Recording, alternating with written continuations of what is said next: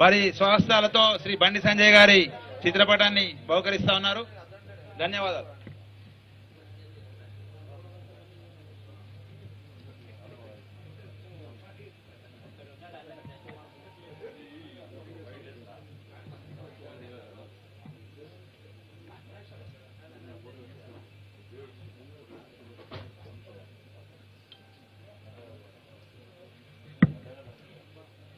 లక్ష్మణ్ గారికి ప్రత్యేక ధన్యవాదాలు. మీడియా కాన్ఫరెన్స్ నిర్వహించాల్సిందిగా జిల్లా పార్టీ శాఖ అధ్యక్షులు శ్రీనివాస్ గారిని కోరుతా ఉన్నాం. మీడియా మిత్రులకు నమస్కారం. మీడియాను ఉద్దేశించి రాష్ట్ర అధ్యక్షులు శ్రీ బండి సంజయ్ కుమార్ గారు మాట్లాడవలసిందిగా కోరుతా ఉన్నాం.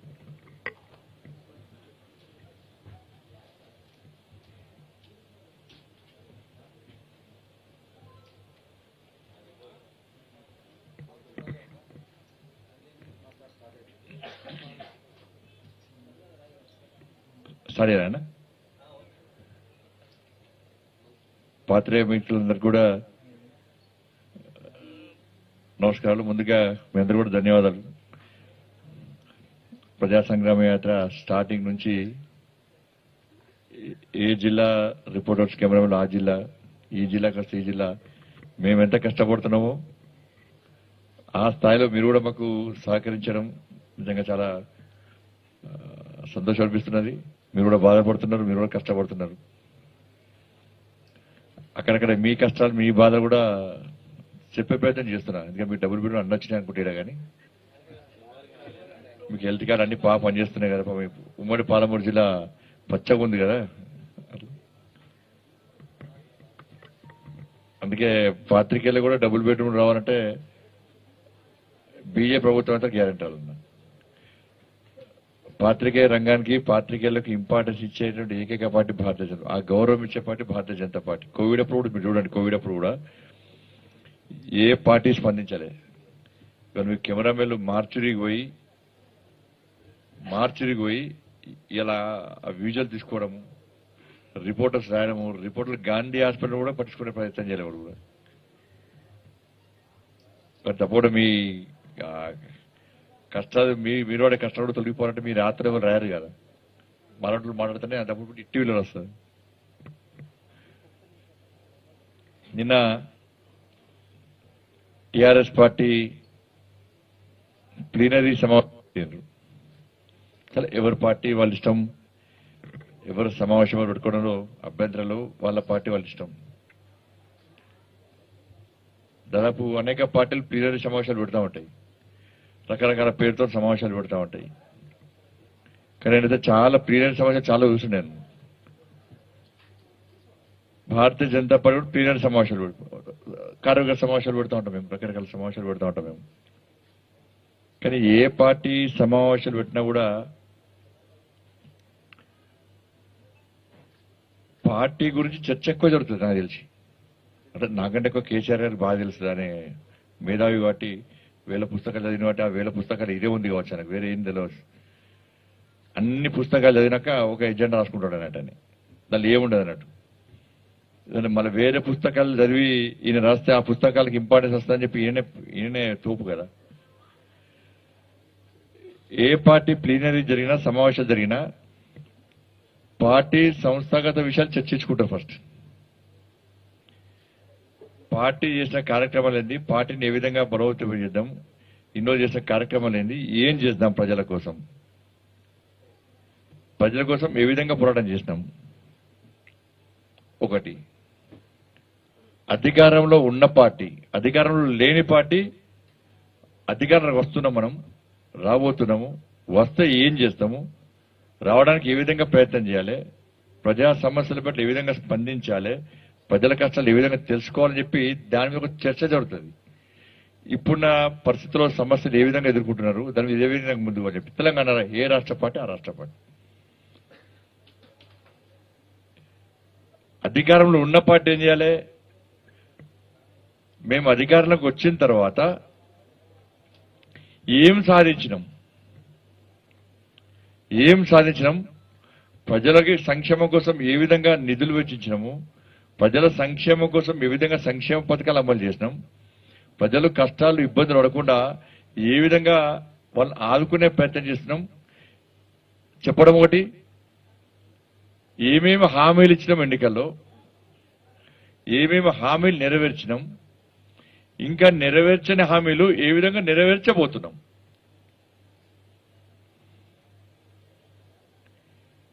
ఇవి నాకు తెలిసి ప్లీనరీ సమావేశంలో ఈ చర్చ జరగాలి. తిరుమల కామన్ గా తిరుమల బ్రహ్మాండం తిరుమల అబ్బో అవి అర్థం ఈ ప్రపంచం ఇప్పుడు నెక్స్ట్ దేశం అయిపోయింది ప్రపంచం పోతారు. ఇక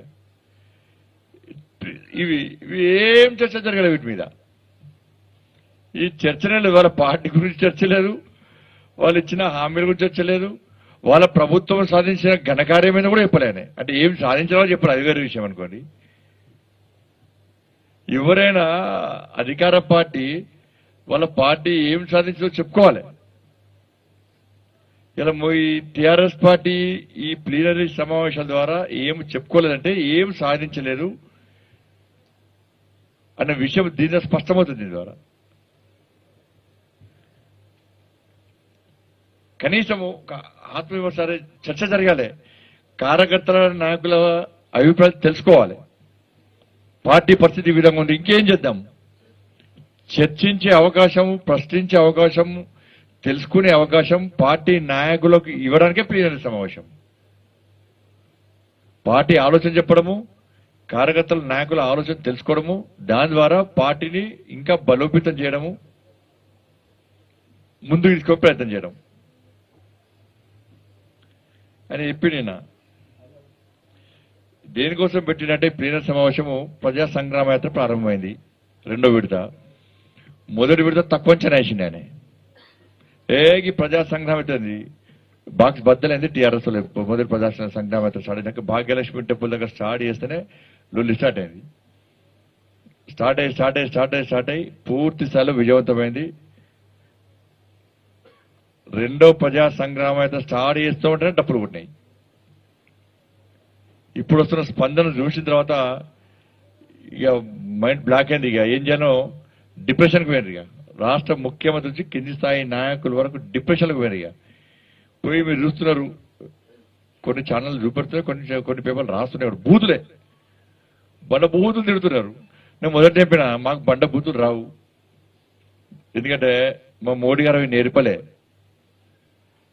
మాకు సంస్కారం అనేటువంటి ఒక పదం అడ్డం వస్తుంది మాకు. అదే టీఆర్ఎస్ వాళ్ళు అదే చెప్తున్నారు, మాకు సంస్కారం పదం అడ్డం వస్తున్నారు, సంస్కారం లేకుండా ఇంట్లో మారుతున్నారు వాళ్ళు. నేను మొన్న చెప్పిన ఒక విలేకరు అడిగాడు, సార్ బూతులు తిడుతున్నారు, మీరు ఆ స్థాయిలో ఎందుకు స్పందిస్తారంటే సంస్కారం పదం అడ్డం వస్తుందని చెప్పి అన్న. సేమ్ టీఆర్ఎస్ వాళ్ళు బూతులు తిడుతున్నారు, మళ్ళీ వాళ్ళకి సంస్కారం అంటే ఇంకెంత తిడుతారు. ఇంకా ఇవి తక్కువ బూతులు కావచ్చు, ఇంకా వేరే బూతులు ఇంకా నేర్చుకున్నారేమో. ఇంకా బూతులు తిడుతున్నారు అంటే యథా రాజా తదా ప్రజ. ముఖ్యమంత్రి నోరెట్టుంటుందో వాళ్ళ నాయకులు గదే పరిస్థితి. ఎంత ఎక్కువైతే ముఖ్యమంత్రి మెప్పు పొందే ప్రయత్నం చేయడానికి తిరుగుతున్నారు. వాళ్ళ డిప్రెషన్, వాళ్ళు స్పందిస్తున్న తీరు బట్టే ప్రజా సంగ్రామ యాత్ర వల్ల దాన్ని చూసి ఎంత భయపడుతున్నారో స్పష్టమవుతుంది. వేలాది మంది తరలిస్తున్నారు, మీరే చూస్తున్నారు. మేము తప్పు చెప్పుకుంటాం కావచ్చు, మరి మీడియా చూపెట్టేది మీరు చూపించేది తప్ప, ప్రజలు వస్తున్నారు తప్ప, టీవీలలో చూపెట్టేది తప్ప, సోషల్ మీడియాలో వస్తున్నారు తప్ప, మేము ఎక్కడ బీరు బిర్యానీ ఇస్తున్నా పైసలు ఇస్తున్నాము. స్వచ్ఛందంగా గ్రామాలు తరలి వస్తున్నారు. గద్వాలలో హెడ్క్వార్టర్లో జరిగిన ర్యాలీ చూసారు మీరు, మక్తలో జరిగిన ర్యాలీ చూసారు, నిన్న ఊట్కూలో జరిగిన ర్యాలీ చూసారు. నిన్న ఇవన్నైతే వాస్తవం ఇవైతే. కానీ టీఆర్ఎస్ ప్లాన్ కొద్ది, టీఆర్ఎస్ కాంగ్రెస్ ప్లాన్ కొద్ది ఏంటంటే మంది వస్తలేరు ఇద్దరు అనుకుని చేస్తారు అన్నట్టు. ఇక్కడ జనం నవ్వుకుంటున్నారు. కాబట్టి ఈ ప్లీనరీ మొత్తం కూడా కేంద్ర ప్రభుత్వాన్ని, భారతీయ జనతా పార్టీని బదనాం చేస్తూ తిట్టడానికి మాత్రమే ప్లీనరీ సమావేశాన్ని ఏర్పాటు చేసినారు.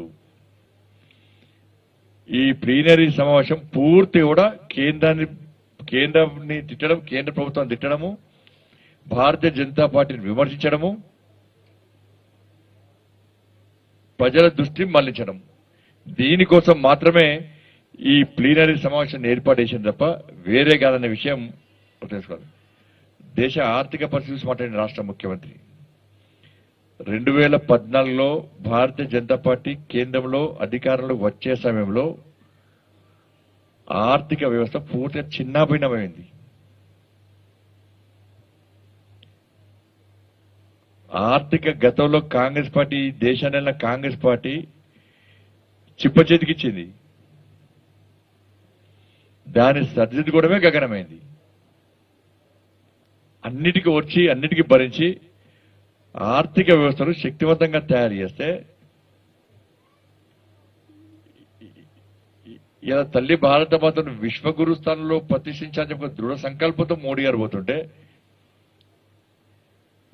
ఇది మేం చెప్పడం కాదు, ఇతర దేశాల అధ్యక్షులు ఇతర దేశాల ప్రధానులు కూడా మోడీ గారిని పొగిడిన విధానాన్ని ఒక్కసారి రాష్ట్ర ముఖ్యమంత్రి గుర్తుంచుకోవాలి. భారతదేశ ఆర్థిక వ్యవస్థను ఏ విధంగా శక్తివంతంగా తయారు చేసిండు అనే విషయంలో ఇతర దేశాల అధ్యక్షులు ప్రధానులు భారతదేశం యొక్క మోడీ గారి యొక్క ఘనకార్యాన్ని పొగిడిన విషయాన్ని రాష్ట్ర ముఖ్యమంత్రి గుర్తుంచుకోవాలి. ఒక్కసారి నువ్వు ఫస్ట్ తెలంగాణ రాష్ట్రం గురించి మాట్లాడు. నువ్వు దేశాల్లో పోతావు కానీ తెలంగాణ రాష్ట్రం గురించి మాట్లాడు. ధనిక రాష్ట్రం నువ్వేంటివి? ధనిక రాష్ట్రం నువ్వు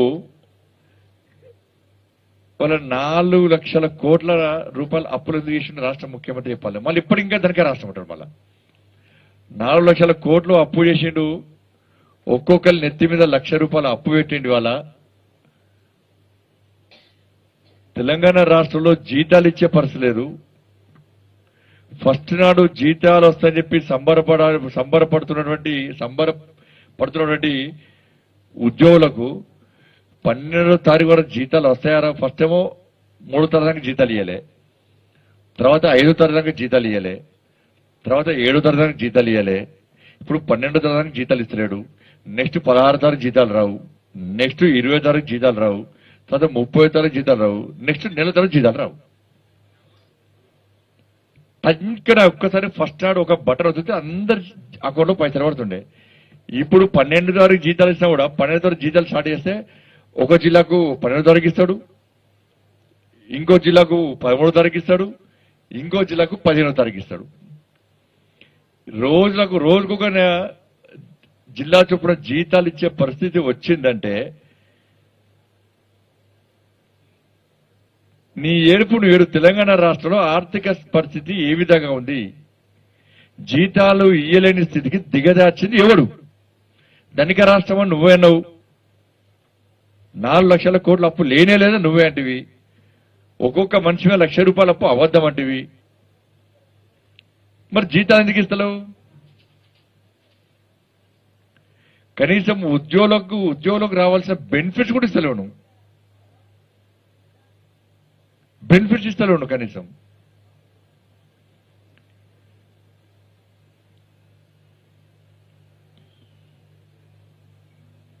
దాంతోపాటు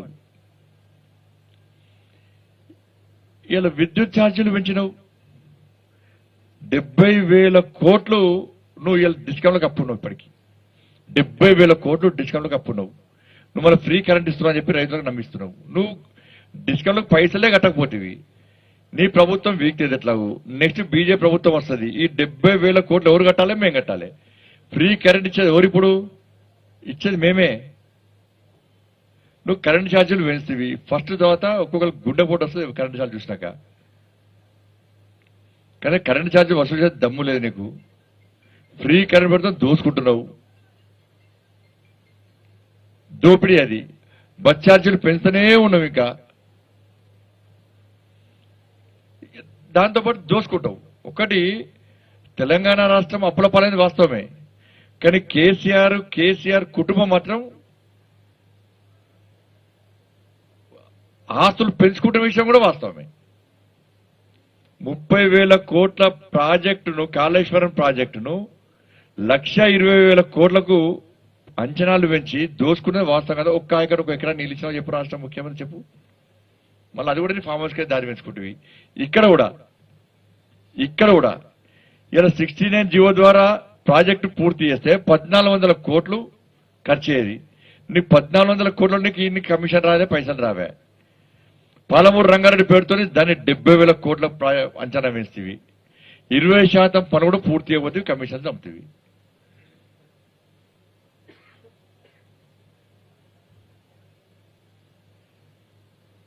నీ ఆస్తులు పెంచుకున్నావు, నీ కుటుంబ ఆస్తులు పెంచుకుని చెప్పాలి.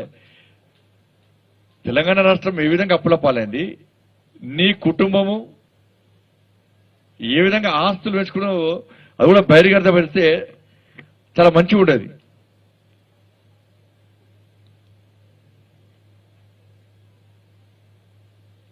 బీఆర్ఎస్ అనేది భారత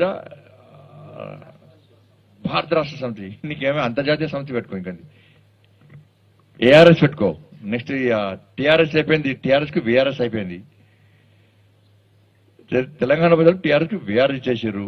ఇప్పుడు భారత రాష్ట్ర సమితి నెక్స్ట్ ఏఆర్ఎస్ అవుతుంది. ఇక అంతర్జాతీయ రాష్ట్ర సమితి పెట్టుకుంటాడు. ఇక అయిపోయి ఇక్కడ కొడుకు అప్పయిపోయిండు, దేశాన్ని బిడ్డకి అప్పచెప్తున్నాడు. ఇక ప్రపంచానికి ఈ అల్లునికో ఇంకా ఉన్నాడు కదా, వాళ్ళకి అప్పచెప్తాడు. ఇక అంటే ఇక్కడ దోచుకోవడం అయిపోయింది. రాష్ట్రాన్ని కొడుకప్ప అయిపోయిండు, బిడ్డను దేశాన్ని బిడ్డకప్ప అయిపోయిండు. ఇప్పుడు ప్రపంచ అధినేత అవుతాడు. ఈయన ప్రపంచ అధినేత అవుతాడు. నీకు ఇక్కడనే గతి లేదు, అతి గతి లేదు. ఇక్కడనే టీఆర్ఎస్ కు నీ తెలంగాణ ప్రజలు బీఆర్ఎస్ చేయడు. ఢిల్లీ పోతివి, టెంట్ వేసుకొని కూర్చుంటా అంటివి, సెకండ్ ఫ్రంట్ థర్డ్ ఫ్రంట్ అంటివి. నీ టెంట్కి ఎవరు రాకపోయా, మళ్ళీ వచ్చి ఫామ్ హౌస్ వస్తుంది. నేను ఇక్కడనే ఎవరు కాంతలు ఎవరు దేక్తలేడు. ఎవరు దేకపోవడం వల్ల మన ప్రపంచం దేశం తిరిగబడుతుంది. నువ్వు ఇది చేసేది ఏంది, ఆడ వీకేది ఏందో నాకు అర్థం కాదు ఇప్పటికి. భారత రాష్ట్ర సమితి నువ్వు పెద్ద అవినీతి పరువు, నువ్వు అత్యంత అవినీతి పరువు. నువ్వు ఇది నేను చెప్పింది కాదు, భారతీయ జనతా పార్టీ చెప్పింది కాదు, ఇప్పుడున్న కేంద్ర ప్రభుత్వం చెప్పింది కాదు. నువ్వు మంత్రిగా ఉన్నప్పుడు కాంగ్రెస్ పార్టీ ప్రభుత్వం ఉన్నప్పుడు ఆ మంత్రివర్గంలో నీ అలయన్స్ ఉన్నప్పుడు నువ్వు మంత్రిగా ఉన్నప్పుడు ఈఎస్ఐ స్కామ్ గాని సహారా స్కామ్ గాని నీ మీద ఆరోపణలు వచ్చింది వాస్తవం కాదా? నేను సిబిఐ విచారణ జరిపింది వాస్తవమా కాదా? అప్పుడు నా ప్రధాని మన్మోహన్ సింగ్ గారు నేను కేంద్ర మంత్రి నుంచి తొలగిస్తా అంటే నువ్వు మళ్ళా తెలంగాణ సెంటిమెంట్ పెడుతూ బయటికి వచ్చింది వాస్తవమా కాదా? నువ్వే పెద్ద అవినీతి పరునివి. ఈయన అంటాడు మళ్ళా మా ప్రభుత్వంలో ఏ మంత్రి మీద అవినీతి ఆరోపణ లేదట. అబద్ధమే సిగ్గుపడుతుంది అబద్ధాలు చూసి. గుండె మీద చేసుకొని చెప్పు ముఖ్యమంత్రి, నీ మంత్రివర్గంలో ఒక్కరిద్దరు నిజాయితీ పరులు ఉండొచ్చు. నీ మంత్రివర్గంలో మంత్రుల మీద అవినీతి ఆరోపణలు లేవు అని గుండె మీద చేసుకొని చెప్తే విశ్వసిస్తాం మేము. అనేక మంది ఎమ్మెల్యేల మీద మంత్రుల మీద ఆధారాలతో సహా మేము బయటపెట్టాం. అందరు మంత్రుల మీద మాక్సిమం మంత్రుల మీద కోర్టులో విచారణ జరుగుతున్నది, ఫిర్యాదులు వచ్చినాయి. ఇది వాస్తవమా కాదా? నువ్వు అవినీతి సిగ్గుపడతా చూసి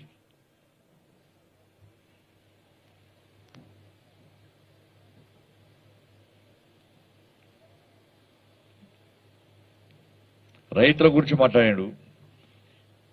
ఇవాళ ఈ ప్రాంతంలో తెలంగాణ రాష్ట్రంలో మిర్చి పత్తి ధర రెట్టింపు అయిందంటే అది కేవలం మోడీ గారి ఘనకార్యం. అది ఇవాళ వరి విషయంలో, ధాన్యం విషయంలో, ఇతర విషయాల్లో ఇలా ఎంఎస్పీ 2014లో భారతీయ జనతా పార్టీ ప్రభుత్వం ఏర్పడ్డప్పుడు 1310 రూపాయలే ఉండే. ఈ రోజు 1960 రూపాయలు ఇవ్వాలి ఎంఎస్పీ. రైతు ఆదాయాన్ని రెట్టింపు చేసే లక్ష్యంగానే మోడీ గారి ప్రభుత్వం పోతున్నది. ఇలా నువ్వేం చేస్తున్నావు? యూరియా ఫ్రీ ఇస్తాంటివి, రైతు బంధు అంటున్నావు, కౌలు రైతు బంధు ఇవ్వకపోతేవి, యూరియా ఫ్రీ అంటివి. అద్భుతాలు సృష్టించడానికే కేసీఆర్ పుట్టినవి, చప్పలు కొట్టించుకుంటేవి, పాలాభిషేకాలు చేసుకుంటేవి. ఇవాళ కేవలము ఈ యొక్క ఖరీఫ్ సీజన్కే మొన్న మోడీ గారు ప్రకటించారు, నేను కేబినెట్ లా ఈ ఖరీఫ్ సీజన్ కు ఎరువులపై 60,939 కోట్ల సబ్సిడీ ఇస్తూ రైతులకు అతి తక్కువ ధరలో ఎరువులు అందిస్తున్న ప్రభుత్వం ఏకైక ప్రభుత్వం భారతీయ జనతా పార్టీ ప్రభుత్వం, కేంద్ర ప్రభుత్వం. ఎరువులపై 60,939 కోట్ల సబ్సిడీ ఇస్తూ రైతులకు అతి తక్కువ ధరలో ఎరువులు ఇస్తున్న ప్రభుత్వం భారతీయ జనతా పార్టీ ప్రభుత్వం. ఇది కేవలం ఒక సీజన్కే. ఇది భారతీయ జనతా పార్టీ ప్రభుత్వం ఏర్పడిన చూస్తే మీకు అర్థమవుతుంది.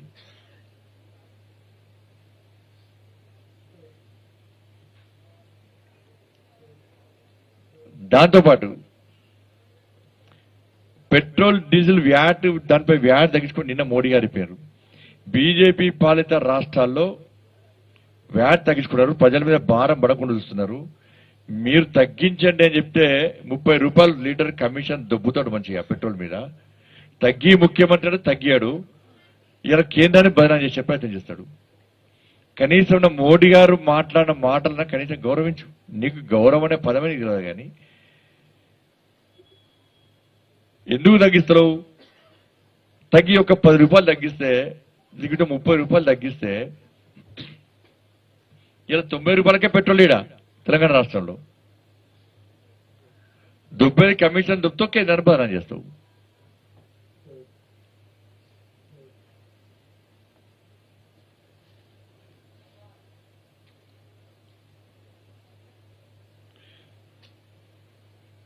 కృష్ణా జలాలకు సంబంధించి నిన్న మాట్లాడాడు, తీర్మానాలు చేసిండు కొన్ని. ఈ తీర్మానాలు చూస్తే నాకైతే నమస్తే. ఈ తీర్మానాలు చూస్తే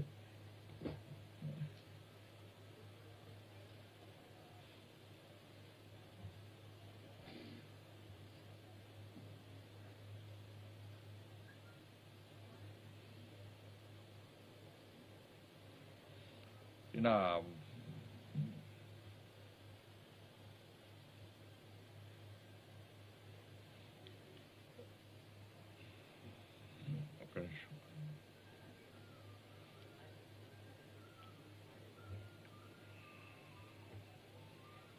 మహబూబ్ నగర్ లో వలసలు ఆగిపోయినాయట. ముఖ్యమంత్రి స్పీచ్ లో మాట్లాడాడు. మహబూబ్ నగర్ లో వలసలు ఆగిపోయినంటే ముఖ్యమంత్రి చెప్తున్నా, నువ్వు ఎప్పుడొస్తావు చెప్పు, ఇవాళ వస్తావా రేపు వస్తావా? నారాయణపేట రా, నేను అక్కడ ఉంటాను. నేను బస్ డిపోకి వస్తే మధ్యాహ్నం 12 బొంబాయి బస్సు పోతుంది అందుకని ఎక్కిస్తా. ముఖ్యమంత్రి ఎక్కించా అంటే ఇక్కడ దగ్గర నీళ్ళే కూడా పంపుతారు. మరి ముంబై పోతుల్లో ముఖ్యమంత్రి తెలుస్తుంది. ముంబై అంటే కోపం బాగా. ఈయన ముంబైలో అక్కడ దుర్గవట్టి వస్తుంది, దొంగ పాస్పోర్ట్ ఇస్తే దుర్గవట్టి రాడా. ఇది నేను చెప్పలే, ఎంఎస్ఆర్ సత్యనారాయణ చెప్పింది. నాకు దొంగ పాస్పోర్ట్ ఇస్తే ఇబ్బంది సంవేస్తున్నాడు ముంబైలో.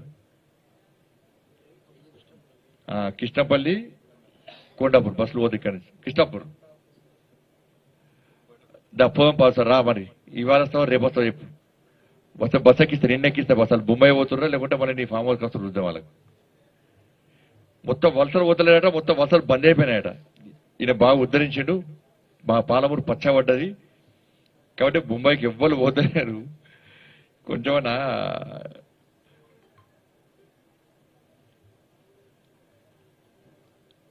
ఉద్యోగాల విషయంలో మాట్లాడాడు. నెల కింద ఏం చేసిండు, 1,30,000 ఉద్యోగాలను 1,30,000 మందికి ఉద్యోగాలు ఇస్తామని చెప్పన్నాడు. ఇది నెల కిందనే మంత్రులు చెప్పిండు, ముఖ్యమంత్రి చెప్పిండు నెల క్రితం. నిన్న ఏం చెప్తాడంటే 2,50,000 మందికి ఉద్యోగాలు ఇచ్చారట. అంటే నెలకే లక్షలు పెంచేసిండు అయిపోయా. నెల కిందనేమో 1,30,000 అన్నాడు. నిన్న 2,50,000 మందికి ఉద్యోగాలు ఇచ్చినట్టు ఈయన. అంటే నోరు చేస్తే ఇక అబద్ధాలంటే ఈయనకే అబద్ధాలు ఇవి. ఇవన్నీ బాగా మాట్లాడండి.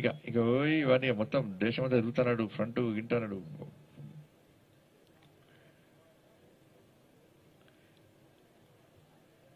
మహిళా బిల్లు విషయం మాట్లాడాడు. ముఖ్యమంత్రి చెప్పాలి, పోయినసారి నీ క్యాబినెట్ లో ఎంతమంది మహిళలకు మంత్రి పదవులు ఇచ్చిండో రాష్ట్ర ముఖ్యమంత్రి చెప్పాలి. పోయినసారి నీ క్యాబినెట్ లో అది భారతీయ జనతా పార్టీ, ఈ రాష్ట్ర ముఖ్యమంత్రి మహిళా ద్రోహి. మహిళలంటే రాష్ట్ర ముఖ్యమంత్రికి పడది. అందుకే మహిళలకు క్యాబినెట్ లో కనీసం గౌరవం మీదే ఒక్క మంత్రి పదవి ఇవ్వాలని చెప్పి మేము విమర్శిస్తే మొన్న కొడుకు ఇద్దరికి ఇచ్చేయండి.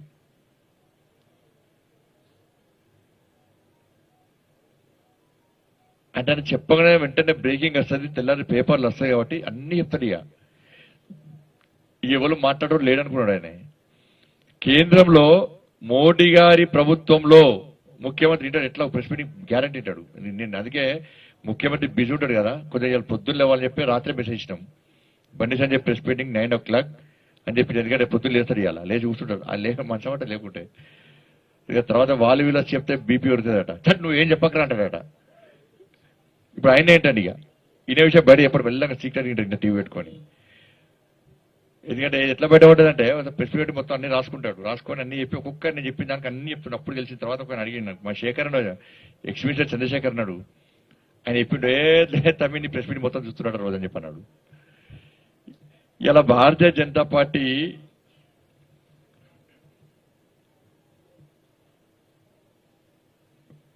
కేంద్ర ప్రభుత్వంలో, భారతీయ జనతా పార్టీ ప్రభుత్వంలో 9 మంది కదా 12 మంది మహిళా మంత్రులు ఉన్నారు. 12 మంది మహిళా మంత్రులు ఉన్నారు కేంద్ర క్యాబినెట్ లో. 4 సీఎంలను చేసినాం మేము. భారతీయ జనతా పార్టీ రాష్ట్రాలకు 4 సీఎం చేసినాం, గవర్నర్లను చేసినాం. మా పార్టీలో బాధ్యతలు ఇచ్చే సమయంలో 33% పక్కా రిజర్వేషన్ అమలు చేస్తాం మేము. 33% మహిళలకు పార్టీలో బాధ్యతలు ఇస్తేనే దాన్ని కమిటీగా భావిస్తాం మేము, లేకుండా కమిటీ చెల్లది మా పార్టీలో. నువ్వేం చేస్తున్నావు నీ పార్టీలో? ఇప్పుడు మేము అంటాం అనుకో, ఏమే ముఖ్యమంత్రి నీ పార్టీ అధ్యక్షురాలు మహిళకి ఇయ్యారని వాళ్ళు బిడ్డ చేస్తారు. వాళ్ళ నువ్వే ఉంటావా అధ్యక్షుడు? నీకు ఎవరికి ఇవ్వడం కొడుకుని చేసాడు. ఇప్పుడు మహిళ అంటే బిడ్డ చేస్తాడు. కనీసం ఇక్కడ మహిళా గవర్నర్ ఉంది, చేసింది కేంద్ర ప్రభుత్వమే. ఇక్కడ మహిళా గవర్నర్ ఉంటే ఆ మహిళా గవర్నర్ను కనీసం గౌరవించాలి. ఒక మహిళా గవర్నరు, ఒక మహిళ ఏనాడు ఎక్కడ విమర్శించేదేమే. కనీసం మహిళా గవర్నర్కు ఒక గౌరవం ఇవ్వాలి, గౌరవించాలనేటువంటి సంస్కారం లేని ప్రభుత్వం నీది, సంస్కారం లేని ముఖ్యమంత్రి నువ్వు మళ్ళీ మహిళల గురించి మాట్లాడుతున్నావు.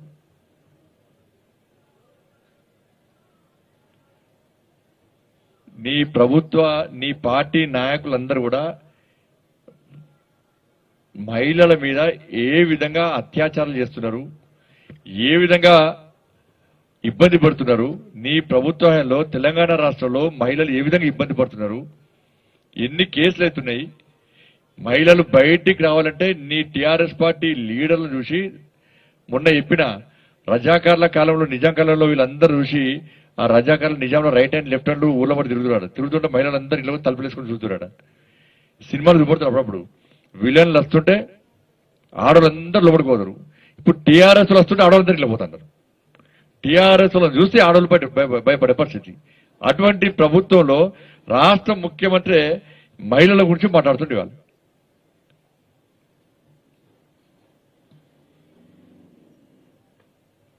ఎన్టీఆర్ ఓడిండి. అబ్బో నాకు నవ్వొచ్చింది ఎన్టీఆర్ ఓడుతుంటే. ఈయన కొడుకు పేరు ఎన్టీఆర్ పెట్టుకున్నాడు, టికెట్ చంపాడు. ఏమైనా టికెట్ తెచ్చుకున్నాడు.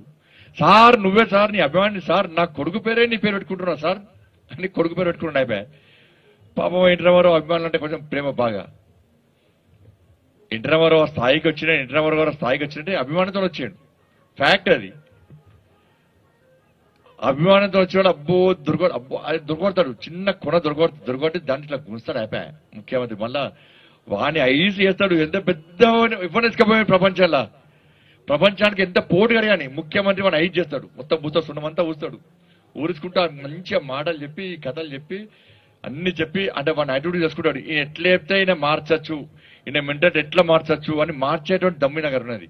ఆ తెలివి బాగున్నది. ఏం చేస్తాడు, ఎన్టీఆర్ దగ్గరికి వేడు పోయి, సార్ నువ్వు అంటే నాకు అభిమానం సార్, పిచ్చి సార్, నీకోసం చచ్చిపోతా సార్, చిన్నప్పటి నుంచి సినిమాలు చూసా అని చెప్పి ఆ సినిమాల లిస్ట్ అంతా తీసుకుపోయి లిస్ట్ అంతా చెప్పుకున్నాడు. చెప్పుకున్నాక ఆయన నమ్మి అంతా ఎమ్మెల్యే టికెట్ ఇచ్చాడు.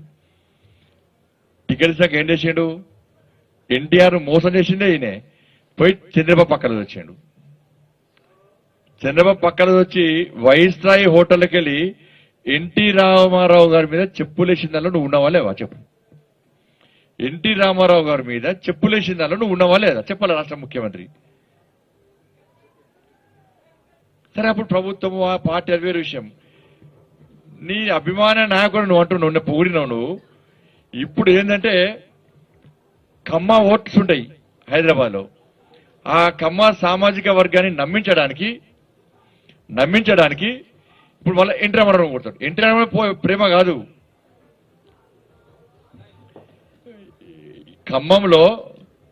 ఖమ్మంలో ఒక మంత్రి ఇవాళ భారతీయ జనతా పార్టీ కార్యకర్తను ఆత్మహత్య చేసుకునే ప్రేరేపించిన తర్వాత కమ్మ సామాజిక వర్గం అంతా ఆయనకు వ్యతిరేకమైంది. ఎందుకంటే చనిపోయిన కార్యకర్త కమ్మ సామాజిక వర్గానికి సంబంధించిన వ్యక్తి, నిరుపేద కార్యకర్త. కాబట్టి మళ్ళీ ఇప్పుడు ఎన్టీ రామారావును ఓడి, ఎందుకంటే ఎమ్మెల్సీ ఎన్నికల్లో బ్రాహ్మణ ఓట్లు ఎక్కువనే మల్కాజిగిరి ఏరియాలో అని చెప్పి పీనోత్సవం ఓడిడు. మళ్ళీ ఇప్పుడు గుర్తు చేస్తారు పీనోత్సవం, మళ్ళీ గుర్తేడు. ఇక మళ్ళీ మర్చిపో, మళ్ళీ ఎన్నికలు వస్తే పీనోత్సవం మంచోడు. ఇప్పుడు ఎన్టీ రామారావు ఓడిందంటే మళ్ళీ దీనికి జిమ్మిక్కున్నది ఇదే కారణం. ఎన్టీ రామారావు మీద చెప్పులేసిన వ్యక్తి, అవమానపరిచిన వ్యక్తి మళ్ళా తిరిగి ఎన్టీఆర్ పోడే ప్రయత్నం చేస్తున్నాడు. ఇవన్నీ కూడా ఈయనతో ఏం కాదు, ఏదో కోర్టులో రాయినాడు, ఏదో ఎట్లా రాయించినట్టు పరిస్థితి అనేది. లాస్ట్ గా చెప్పింది ఏంది అంటే ఒక్క విషయం మాత్రం వాస్తవం చెప్పిండు. ఆయన పార్టీ ఆస్తులు 1000 కోట్లట. అది ఒక్కటి మాత్రం కరెక్ట్ చెప్పిండు. ఆయన పార్టీ ఆస్తులు 1000 కోట్లు. ఆ పార్టీ ప్రజలదట, మరి ప్రజల మంచి 1000 కోట్లు. కానీ ఆయన కుటుంబం ఆస్తి ఎంత సంపాదించుకున్నాడు, ఎంత పెంచుకున్నాడు, ఇంకా ఎంత పెంచుకున్నాడు మాత్రం చెప్పలే. గది ఒక్కటే. ఏదో గ్రామాల కేంద్ర ప్రభుత్వము ఆదర్శ గ్రామాన్ని ప్రకటించింది.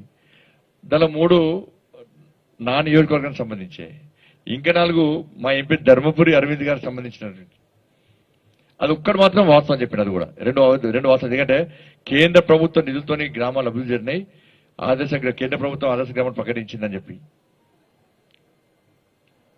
నేను అంటున్నా రాష్ట్ర ముఖ్యమంత్రిని. ఇప్పుడైతే కేంద్ర ప్రభుత్వం ప్రకటించింది కదా, ఆ గ్రామాలకు టిఆర్ఎస్ పార్టీ ఈ రాష్ట్ర ప్రభుత్వం ఎన్ని నిధులు కేటాయించిందో శ్వేతపత్రం విడుదల చేయి. ఇప్పుడు కేంద్ర ప్రభుత్వము గ్రామాలను 10 గ్రామాలను ప్రకటించింది. ఇవాళ నాయే 3 ఉన్నాయి, అరవింద్ గారి 4 ఉన్నాయి. ఈ 7 గ్రామాలకు, ఈ 7 టిఆర్ఎస్ పార్టీ ప్రభుత్వము ఎన్ని నిధులు గ్రామాలకు కేటాయించిందో శ్వేతపత్రం విడుదల చేయి. ఒక్క పైసలను కేంద్ర ప్రభుత్వ నిధుల ద్వారా అభివృద్ధి చెందింది. తనకి కొన్ని గైడ్లైన్స్ ఉంటాయి, నిధి అభివృద్ధితో పాటు కొన్ని గైడ్లైన్స్ ఉంటాయి. దాని ద్వారా అభివృద్ధి చెందిన బట్టి అలా ప్రకటించినాం మేము.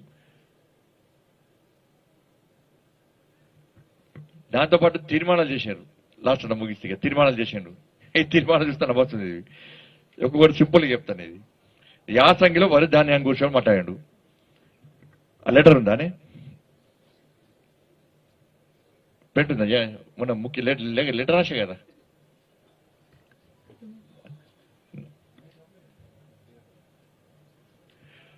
కేంద్ర ప్రభుత్వం ధాన్యం కొంటా అన్నది నేనని చెప్పి మీకు చెప్పిన అందరు గెలిచి తెలంగాణ రైతాంగం తెలిసింది.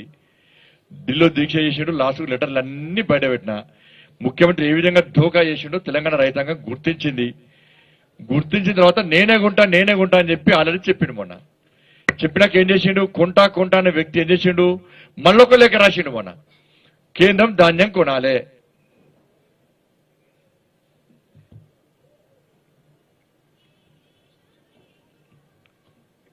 డేట్ అతనిది. మళ్ళా కేంద్రం లేఖ రాసిండు. మొన్న కేంద్రమే 40 లక్షల ఈ నెల 13వ తారీఖున రాసిండు. కేంద్రమే 40 లక్షల చిల్లర మెట్రిక్ టన్నుల ధాన్యాన్ని కేంద్రం కొనాలే అని చెప్పి లేఖ రాసింది ఆయనే. మళ్ళా నేను ఏమంటానంటే కేంద్రం కొనకుండా కూడా రాష్ట్ర ప్రభుత్వమే 60 లక్షల మెట్రిక్ టన్నుల ధాన్యం కూడా అని చెప్పి లేఖ రాసిండు. మళ్ళీ నేను ఏం చేసినంటే యాసంగిలో వరి ధాన్యాన్ని కేంద్రం కొనుగోలు చేయకపోయినా రాష్ట్ర ప్రభుత్వమే కొనుగోలు చేస్తున్నందుకు అభినందన తీర్మానం అన్నమాట. నాకు అభినందన, ఎవరికి అభినందన చెప్పాలి? మోడీ గారికి అభినందన చెప్పాలి. కొన అన్నది నువ్వు, కొంటా అన్నది మేము, ధాన్యం ఇయ్య అన్నది నువ్వు, కొనుగోలు కేంద్రాలు ఎత్తేస్తున్నా అన్నది నువ్వు. చివరకు నువ్వు దీక్ష చేస్తే ఎవరు పట్టించుకోలే. మేము దీక్ష చేశాక భయపడ్డావు. రైతులు వాస్తవాలు గమనించారు. మళ్ళా అత్యవసర భేటీ అని చెప్పి కేబినెట్ మీటింగ్ పెట్టుకున్నావు. నేనే కొంటున్నా అన్నావు. మన కేంద్రాన్ని లేఖ రాసినావు. చెప్పు, నీ గోనె సంచులు ఎక్కడి చేస్తావు చెప్పాలి. ఇప్పుడు ప్రతి పైసా మేమే ఇవ్వట్టు, కేంద్ర ప్రభుత్వం ఇవ్వటే. గోనె సంచుల పైసలు, సుతీర్థాడు పైసలు, ట్రాన్స్పోర్టేషన్ పైసలు, వడ్డను బియ్యం ఆడించేందుకు పైసలు, కాంటా పైసలు, ఆడ జాబ్ చేసే సిబ్బంది పైసలు, నువ్వు బ్రోకరిజం చేసేందుకు బ్రోకరిజం కమిషన్ కూడా కేంద్రమే ఇచ్చే. నువ్వు ఇచ్చింది ఒక్క పైసా చెప్పు. ఇచ్చేది కేంద్రము, మళ్ళా కేంద్రమే కొనాలన్నావు. మళ్ళీ ఈయనకి అభినందన చెప్పుడు తీర్మానం అట. అక్కడ నవ్వుకున్నారన్న. ఇదంతా నాకు అక్కడ వాళ్ళే పంపించారు. అన్న ఈయన మొన్ననే మాకు చెప్పాడు కేంద్రం కొను కూడా చచ్చిపోతాం ఈసారి. ఏంది ఏం పరిస్థితి? నేను పొరపాటు చేసినా కేంద్రము కొనాలి, నేను కొంటా అని చెప్పి అన్న ఇప్పుడు ఏం చేయాలో అర్థమవుతుందని చెప్పి మళ్ళీ లేఖ రాసే. మళ్ళీ ఇప్పుడు ఆయనకు అభినందన తీర్మానం అట. దేశ విస్తృత ప్రయోజనం తెచ్చి అవును ఇక్కడ నేను వీకినాడు. జాతీయ రాజకీయాలు టీఆర్ఎస్ ప్రధానికి ఇక్కడ తెలంగాణ దోసుకున్నా ఇక దేశాన్ని దోసుకుంటా అని చెప్పి ఆరోటి. ఆకాశం అంటే ధరలు ఫస్ట్ పెట్రోల్ ధరలు తగ్గించు, దాంతోపాటు విద్యుత్ ఛార్జీలు తగ్గించు, ఆర్టీసీ బస్ ఛార్జీలు తగ్గించు. దాని మీద తీర్మానం చేస్తే బాగుండేది. మహిళా రిజర్వేషన్ చెప్పిన మతోన్మాదం మాట్లాడాడు. నువ్వు సంకలేసుకొని తిరిగేదే ఎంఐఎం పార్టీని. MIM party secular party. అసలే క్యాన్సర్ అదే, దేశానికి క్యాన్సరే ఎంఐఎం పార్టీ. ఆ క్యాన్సర్ గొంతులేసుకున్నావు నువ్వే క్యాన్సర్. నీ లోపల గొంతు. ఆ ఎంఐఎం అనే ఒక మతమైన పార్టీ, మతపరమైన పార్టీ, మత విద్వేషాలు రగిలించే పార్టీ, ఒక మతానికి కుమ్మగాసే పార్టీ. ఆ క్యాన్సర్ ను నీకు లోపల పెట్టుకొని నువ్వే మతం గురించి మాట్లాడితే అసలు నువ్వే మైనార్టీ సంతుష్టీకరణ విధానం అవలంబించే పార్టీ టీఆర్ఎస్ పార్టీ. 15 నిమిషాలు సమయం ఇస్తే నరికింతన్న పార్టీని నువ్వు కోర్టులో ఆధారాలు సమర్పించక కేసులు కొట్టేసినావు. దేశం అంతా నవ్వుకుంటున్నారు. అరే 10 నిమిషాలు నరికి సమయం ఇస్తే నరికి చంపుతాడు. వాస్తవమే అన్నది, కానీ అవాస్తవం అని చెప్పి నువ్వు కోర్టు నమ్మించినావు. నువ్వు మళ్ళా భారతీయ జనతా పార్టీ మతతత్వ పార్టీ మతం గురించి మాట్లాడుతున్నావు. బీసీ వర్గాల గట నీ మంత్రివర్గంలో ఎంతమంది బీసీలు ఇచ్చినావు మంత్రి పదవులు? బీసీ ఎంబీసీ కార్పొరేషన్ నిధులు ఎన్ని ఇచ్చినావు? ఎందుకు చైర్మన్ నియమించలేకపోతున్నావు? ఆత్మ గౌరవ భవనాలు ఏమైనాయి? కేంద్రంలో 27 మందిని ముఖ్యమంత్రి వినాలే, 27 మందిని బీసీ ఎంపీలను 27 మందికి మంత్రి పదవులు, బీసీలకు మంత్రి పదవులు ఇచ్చిన ఘనత భారతీయ జనతా పార్టీ. దేశంలో 27 మంది బీసీలకు మంత్రి పదవులు ఇచ్చిన ఘనత భారతీయ జనతా పార్టీ, నరేంద్ర మోడీ గారి. ఈ దేశాన్ని వెళ్తున్నటువంటి నరేంద్ర మోడీ ఒక బీసీ. ఈ తెలంగాణ రాష్ట్ర అధ్యక్షుని ఒక బీసీని, నీ టీఆర్ఎస్ పార్టీ రాష్ట్ర అధ్యక్షుడు బీసీని ఒక ఎస్సీని చేస్తావా? ఎస్సీని ముఖ్యమంత్రి చేస్తాను చెదిగేలే. నీ కేబినెట్ లో ఎంతమంది బీసీలు ఉన్నారు? 27 మంది కేబినెట్ మంత్రులు కేంద్ర ప్రభుత్వంలో. బీసీలకు అనేక సంక్షేమ పథకాలు ఇస్తున్న పార్టీ భారతీయ జనతా పార్టీ. అగ్రవర్ణాల్లో పేదలు కూడా ఆదుకునే పార్టీ భారతీయ జనతా పార్టీ. నువ్వు అగ్రవర్ణాల్లో పేదలు కూడా ఆదుకుంటున్నావు. నువ్వు కనీసం నువ్వు పేదల వ్యతిరేకివి. నువ్వు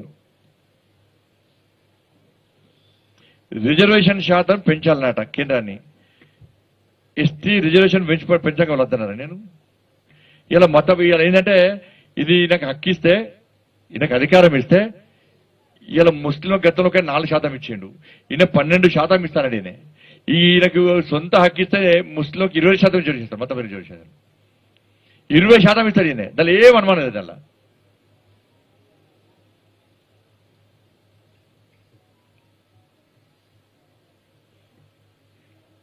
నదీ జలాల విషయంలో కృష్ణా జలం గురించి మాట్లాడి ఇంత దుర్మార్గము.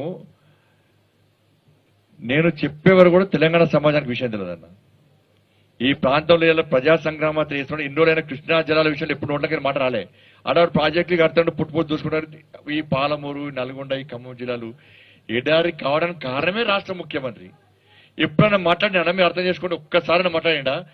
ఎప్పుడైతే నేను కృష్ణా జలాల విషయంలో ఈ పాలమూరు ప్రాంతానికి, నల్గొండ ప్రాంతానికి, రంగారెడ్డి హైదరాబాద్ జిల్లాకు సంబంధించి కానీ, ఖమ్మంలో కొన్ని జిల్లాకు సంబంధించి కానీ ఈ ప్రాంత ప్రజలు ఇబ్బంది పడుతున్నారంటే ఎందువల్ల ఇబ్బంది పడుతున్న విషయంలో నేను స్పష్టం చేసేవారు కూడా తెలంగాణ సమాజం తెలియదు. కృష్ణా పరివారక ప్రాంతము 68% ఉంటే మనకు రావాల్సిన కృష్ణా జల నీటి వాటా ఎంత అంటే 575 టీఎంసీ అని చెప్పి మొత్తుకొని తర్వాత అప్పుడు తెలంగాణ సమాజానికి అర్థమైంది. కానీ రాష్ట్ర ముఖ్యమంత్రి 299 టీఎంసీకి అగ్రిమెంట్ సంతకం పెట్టిండి.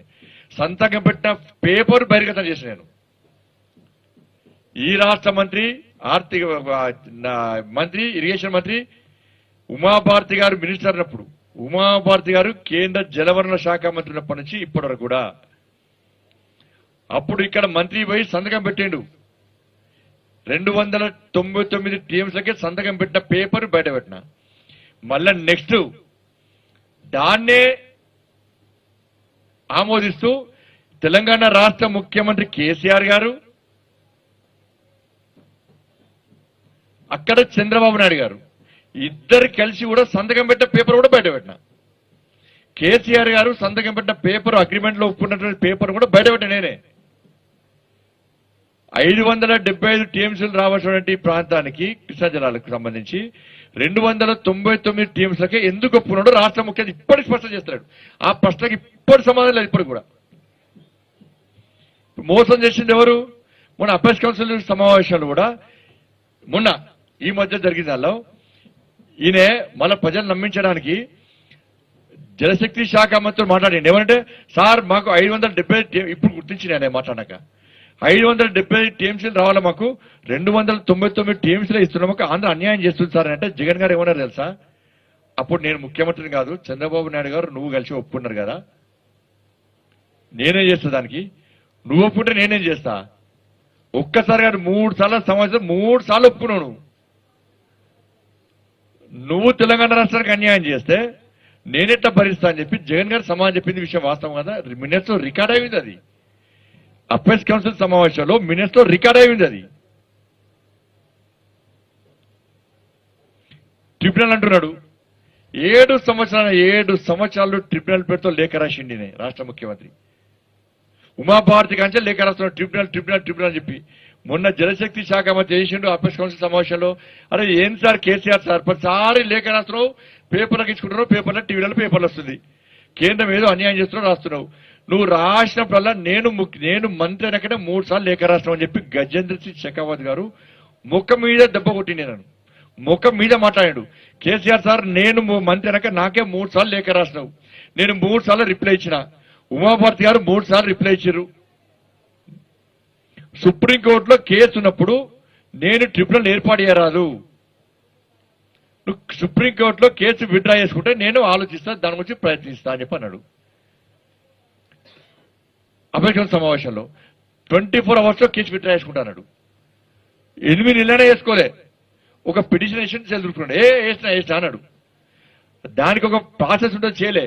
మళ్ళా నేను లొల్లిపెట్టాక ఏమైంది ముఖ్యమంత్రి, నువ్వు పిటిషన్ వేసి చేతులు దులుపుకుంటే ట్రిబ్యునల్ ఎట్లా ఏర్పడేస్తుంది, ఆ ప్రాసెస్ ఉంటుంది, దాన్ని పూర్తి చేయంటే మొన్న 3 నెలల క్రితం 4 క్రితమో అప్పుడు విత్డ్రా చేసుకున్నాడు. 7 సంవత్సరాలు నేను వీకలేదు, 7 సంవత్సరాలు నేను ఏమిటి వేయలేదు. ఇప్పుడు కేంద్ర ట్రిబ్యునల్ చేయాల్సిన బాధ్యత ఉంది కేంద్రం మీద. దానిలో ప్రయత్నాలు జరుగుతున్నాయి. కానీ నువ్వు నిర్లక్ష్యం చేసి, నువ్వు ఇలా ఆలస్యం చేసి ఇవాళ వాళ్ళకి కేంద్రాన్ని బదిలీ చేసే ప్రయత్నం చేస్తున్నాడు.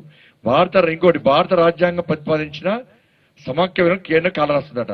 భారత రాజ్యాంగాన్ని అంబేద్కర్ గారు రచించిన రాజ్యాంగాన్ని వ్యతిరేకించి తిరిగి రాస్తాన మూర్ఖుని నువ్వు. మన భారత రాజ్యాంగం గురించి మాట్లాడే హక్కు నీకు లేదు.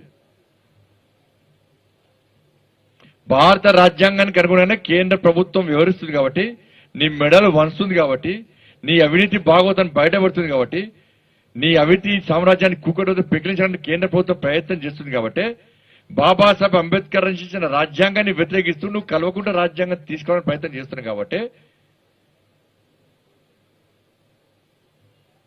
నీకు డౌన్ఫాల్ స్టార్ట్ అయింది.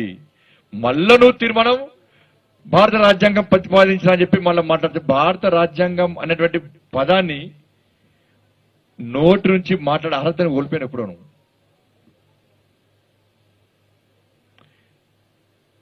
కాబట్టి అనేక తీర్మానాలు నవోదయ విద్యాలయం ఈయన ప్రపోజల్స్ పంపాడు, ఈయన అక్కడి నుంచి కావాలంటాడు. కాబట్టి నేను 21 ప్రశ్నలు సంధించిన దానికి సమాధానం లేదు. ఈ తీర్మానాలన్నీ కూడా ఇది ఈ తెలంగాణ రాష్ట్రపతికి ఉపయోగపడుతుందా? కాబట్టి ఏంటంటే ఇక్కడ దోసుకున్న అంతకుముందు గుడి కట్టడం పట్టాభిషేకం జరిగే ముందు ఏం చేద్దారంటే గుడి కడుతుట రాజులు పట్టాభిషేకం చేయడానికి గుడి కడుతుడట. ఈయన గుడి ప్రతిష్ట చేసిండు. ఏదంటే కొడుకుకు పట్టాభిషేకం చేయాలి, కొడుకుకు పట్టాభిషేకం చేయాలి, దేశాన్ని బిడ్డకు అప్పయ్యాలి. అప్పయ్యపోయింది ఆల్రెడీ, ప్రపంచానికి అధినేత అవుతాడు. కాబట్టి ఇవన్నీ కూడా ప్రజలు నమ్మే పరిస్థితి. నువ్వు కేంద్ర ప్రభుత్వాన్ని ఎంత బదనాం చేసినా నువ్వు కాంగ్రెస్ ఒకటి 100% వాస్తవము. మనం మీరు చూసియాల మీరు చూసారు.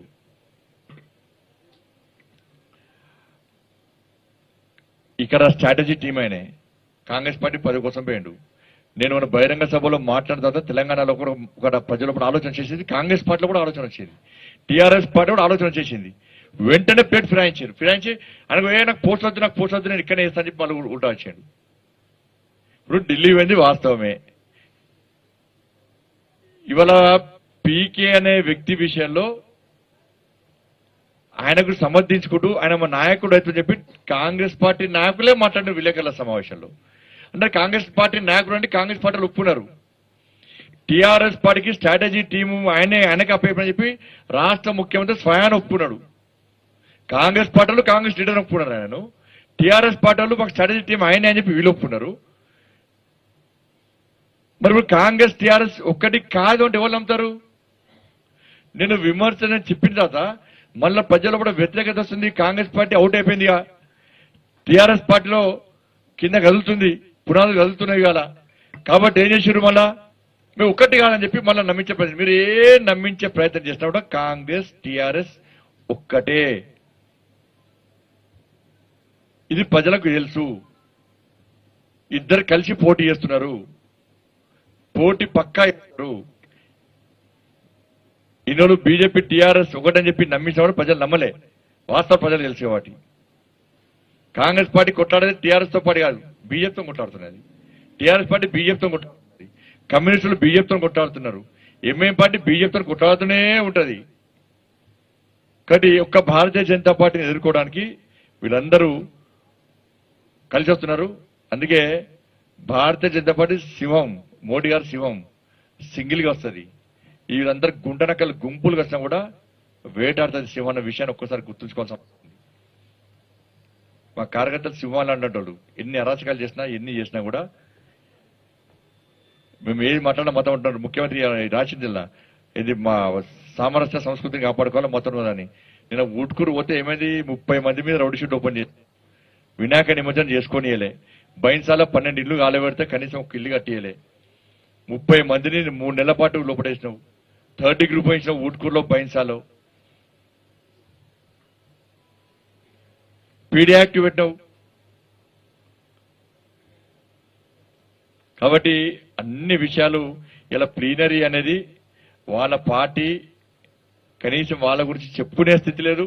వాళ్ళ టీఆర్ఎస్ పార్టీ ప్రభుత్వం చేసిన ఘనకార్యం ఏళ్ళు కాబట్టి కనీసం వాళ్ళకి ఘనకార్యం కూడా చెప్పుకోలేని స్థితిలో టీఆర్ఎస్ పార్టీ ఉంది. తెలంగాణ రాష్ట్రపతికి ఏమిచ్చింది చెప్పలే. ఏం చేయాలి ప్లీనరీలో? నిజంగా నీకు నిస్వార్థంగా నీ ప్లీనరీ నడిపించే తెలంగాణ రాష్ట్రానికి ప్రధానమంత్రి ఆవాస్ యోజన మోడీ వచ్చిన ఇన్ని లక్షల డబుల్ బెడ్రూమ్ ఇచ్చినా చెప్పుకో. కేంద్ర ప్రభుత్వం ఇచ్చిన మరుగుదొడ్లు, స్వచ్ఛ భారత్ మిషన్ పెట్టిన మరుగుదొడ్లు తెలంగాణ రాష్ట్రంలో ఇన్ని ఇచ్చినా చెప్పుకో. నరేంద్ర మోడీ గారి ప్రభుత్వం ఉచితంగా బియ్యం ఇస్తుంది, ఇన్ని లక్షల మందికి బియ్యం ఇచ్చినా చెప్పుకో. పేదలకు ఫ్రీ వ్యాక్సిన్ మోడీ గారు ఇచ్చారు, నేను కూడా ఇచ్చినా కదా చెప్పుకో.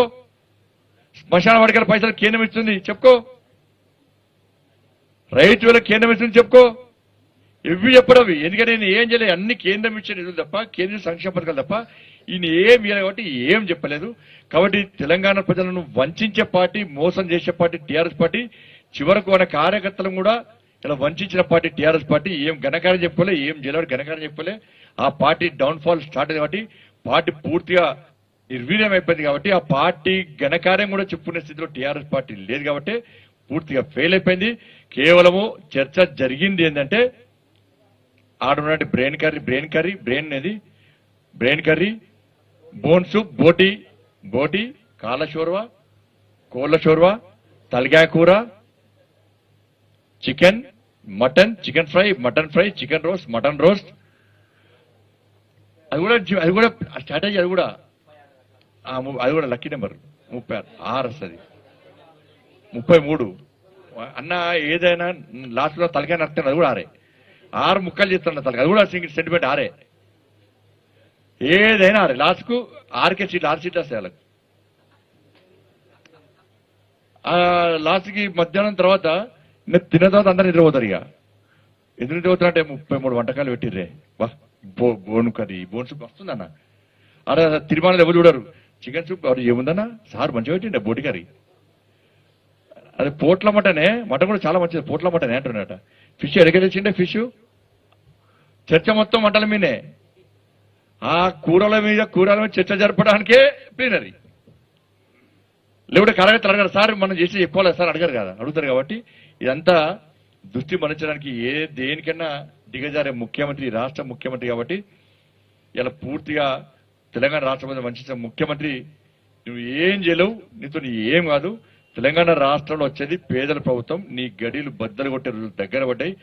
దానికోసం ఇవాళ ప్రజా సంగ్రామ యాత్ర పూర్తి స్థాయిలో విజయవంతం అవుతున్నది, విశేష స్పందన వస్తున్నది. అందుకే డప్పులు కొడుతున్నాయి నీకు. కాబట్టి ఇంకా కొడతాయి. నేను వదిలిపెట్టే ప్రసక్తి లేని విషయాన్ని ఈ సందర్భంగా స్పష్టం చేస్తా ఉన్నాను. కొంచెం ఆలస్యమందుకు పెద్దమందుకు క్షమించండి, ఎక్కువ సమయం తీసుకున్నందుకు. లేదా మీకు అలవాటైపోయింది ముఖ్యమంత్రి 2 గంటలు పెడుతున్నా. మాది కొంచెమన్నా ఎట్లా అధికారంలోకి వచ్చేపాటి కొంచెమన్నా సమయం ఇవ్వాలి కదా.